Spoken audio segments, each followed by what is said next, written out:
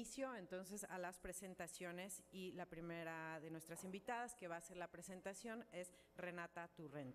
Les leo su currículum y semblanza. Renata es licenciada en Economía por el Tecnológico de Monterrey y maestra en Políticas Públicas con enfoque en Trabajo Social por la Universidad de California.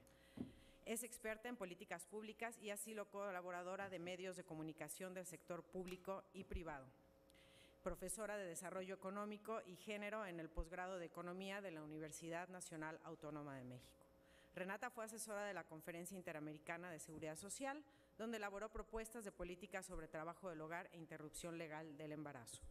También ha dirigido los programas de reinserción de jóvenes privados de libertad en Los Ángeles, California. Actualmente, Renata es subdirectora de la revista Sentido Común. Muchas gracias, Renata. Bienvenida. Muchas gracias, Mónica, diputados, diputadas, a toda la gente que nos acompaña aquí y en línea, por supuesto. Yo traigo una ponencia breve que espero sea de utilidad para esta conversación tan urgente y creo yo impostergable en la que nos encontramos. Yo en este espacio busco hacer un argumento antes que nada político, no jurídico, ni siquiera soy abogada y ya otros compañeros y compañeras que tienen estas capacidades técnicas lo han hablado sobre el marco legal en los martes previos a este. Yo más bien vengo a tratar de abonar en un debate público sobre un procedimiento legal, el nombramiento de los ministros y ministras de la Suprema Corte desde lo político. Y por supuesto a defender el derecho constitucional que tenemos a la consulta popular, que creo que también es importante recordar que el mecanismo por el que se está tratando de iniciar esta reforma al Poder Judicial incluye ese derecho constitucional que tenemos las y los mexicanos. Considero que mucho de este debate se ha llevado exclusivamente al ámbito técnico y creo que respetuosamente esa es una salida fácil, pues la enorme mayoría de este país no estamos formados en la abogacía y no siempre podemos debatir en esos términos. Como si este debate no se tratara de un debate político y quienes están en contra de cambiar la forma en la que elegimos a los ministros, creo que se han ido a la cancha de los procedimientos para así evitar una discusión que creo que es de fondo.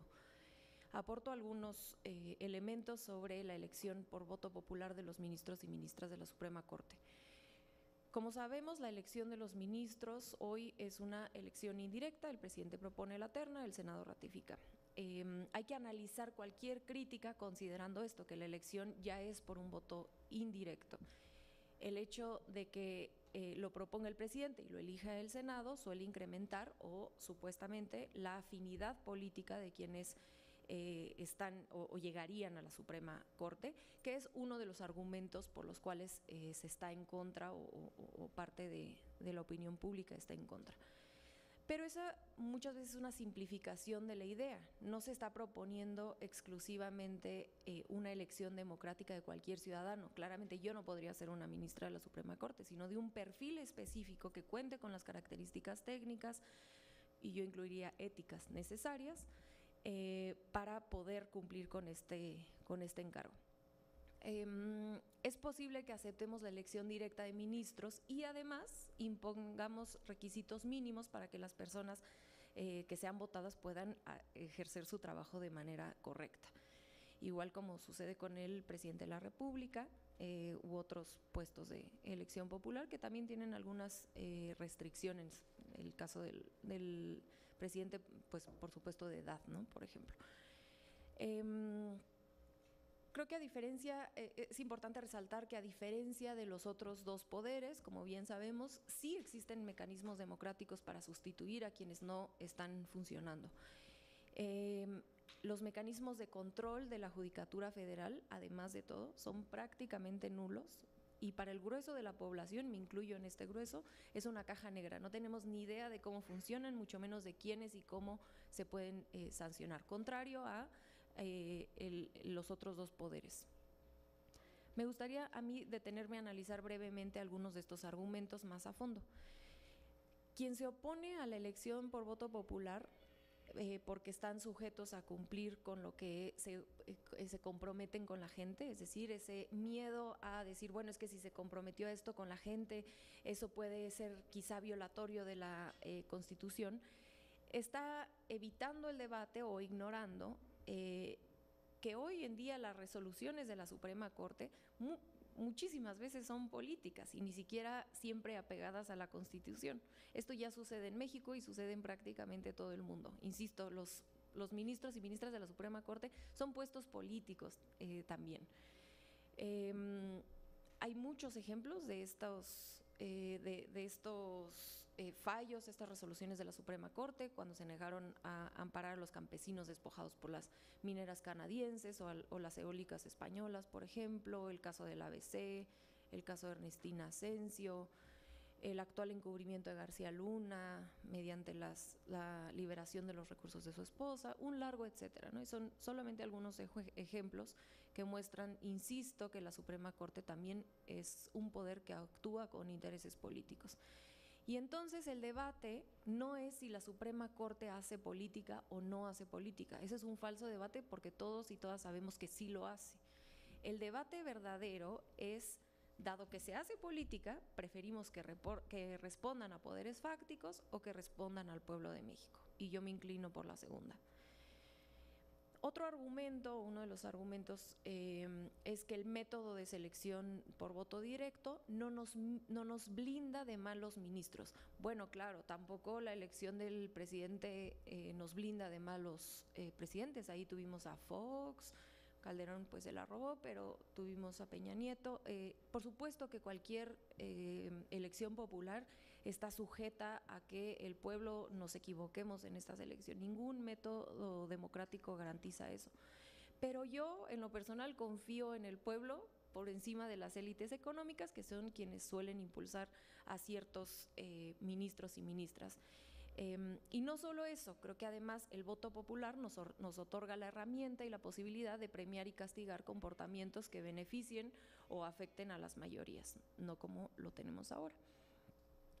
Por último, creo que también es importante retomar o visibilizar la historia reciente de América Latina, porque nos damos cuenta ahí de cómo los esfuerzos de intervención de poderes nacionales, de poderes fácticos nacionales, pero también internacionales, en específico de Estados Unidos, ya no siempre van por la vía militar de un golpe de Estado, sino lo que conocemos como lawfare o la guerra judicial, tan común en otros países de América Latina, la cual, como sabemos, consiste en derrumbar de manera total o por lo menos parcial a gobiernos o proyectos democráticos ilegítimos. Y no es casualidad que hemos visto esto en Brasil, en Perú, en Colombia, en Ecuador, y que esto ha sido la vía para tirar a líderes de izquierda, insisto, muchas veces impulsado y planeado desde Washington. Aquí no han podido hacerlo, pero las cascadas que hemos visto, las cascadas de amparos que hemos visto en este sexenio en específico, la clara intervención de temas que le atañen al legislativo, pero lo acaban resolviendo de manera judicial, como pasó con el Plan B, y incluso el hecho político de que la oposición partidista ya haya dejado de su supuesta defensa al INE y ahora se haya pasado a esta supuesta defensa a la Suprema Corte de Justicia de la Nación, nos muestra que en México, por supuesto que también se está tratando de gestar un intervencionismo judicial que es profundamente antidemocrático. Y a modo de cierre me gustaría nada más recordar que este sexenio hicimos posible la profundización de la democracia mediante las consultas populares. Este es un triunfo histórico y que estamos ante la posibilidad de usar este mecanismo para reformar una parte del Poder Judicial que claramente no está funcionando. Y pensar que la gente no tiene la capacidad de decidir quién encabeza la Suprema Corte porque es muy técnico, porque es muy difícil, porque es una lista y cómo van a saber quién es quién, es el mismo argumento que se usó para excluir a los pobres de las votaciones de los procesos democráticos y el mismo argumento que se usó para excluir a las mujeres de la democracia. Es que ellas no saben porque ellas saben de los quehaceres de la casa y no de la vida pública. Falso. La vida pública es de todos y de todas y la consulta popular es un derecho constitucional. La politización de este tema es otro triunfo de la Cuarta Transformación y creo que debemos defenderlo. Y al mismo tiempo que esto, por supuesto, como ya mencionaba la diputada, no significa que excluya el esfuerzo de una reforma profunda al Poder Judicial. Simplemente es un inicio que tendría un respaldo popular mediante la consulta para poder empezar a transformar y que la vida pública llegue a todos los rincones y a todos los poderes de esta hermosa patria. Muchísimas gracias.